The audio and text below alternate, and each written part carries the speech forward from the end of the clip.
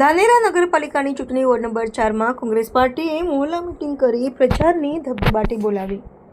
ધાનેરા નગરપાલિકાની ચૂંટણીનો જંગ હવે જામ્યો છે. ગત રાત્રે વોર્ડ નંબર 4ના કોંગ્રેસ ઉમેદવારોના સમર્થનમાં એક વિશાળ મોહલ્લા મીટિંગનું આયોજન કરવામાં આવ્યું હતું.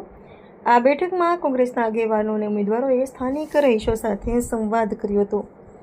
આ મીટિંગમાં કોંગ્રેસના અગ્રણી નેતાઓ અને ઉમેદવારોએ હાજરી આપીને કાર્યક્રમમાં ઉત્સાહ ભર્યો હતો અને વોર્ડ નંબર 4ના ઉમેદવાર હરજીભાઈ સોલંકી અને નાસિરભાઈ તેમણે જનતાને સંબોધન કરી પક્ષની વિચારધારા રજૂ કરી હતી. અનિલભાઈ ઠાકોર અને જયંતિભાઈએ કોંગ્રેસની પેનલને જંગી બહુમતીથી જીતાડવા અપીલ કરી હતી. જયેશભાઈ સોલંકી તેમણે સંગઠનને મજબૂત કરવાની ચૂંટણી રણનીતિ પર ભાર મૂક્યો હતો. 3 નંબર વોર્ડના ઉમેદવાર સલીમભાઈ મલેકીએ પણ હાજરી આપી પરસ્પર સહયોગ અને એકતાનો સંદેશ આપ્યો હતો. મીટિંગ દરમિયાન વોર્ડ નંબર 4ના રહીશોએ પાણી, સફાઈ અને લાઇટ જેવા પાયાના પ્રશ્નોની રજૂઆત કરી હતી.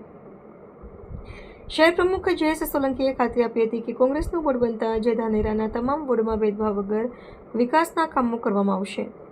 મોટી સંખ્યામાં ઉમટી પડેલા સ્થાનિક લોકોએ ઉમેદવારોનું સ્વાગત કર્યું હતું, મોહલ્લા મીટિંગ કરી લોકસંપર્ક કર્યો હતો અને આવનારી ચૂંટણીમાં કોંગ્રેસને જંગી બહુમતીથી વિજયી બનાવવા અપીલ કરી હતી. Bureau report Dhanera.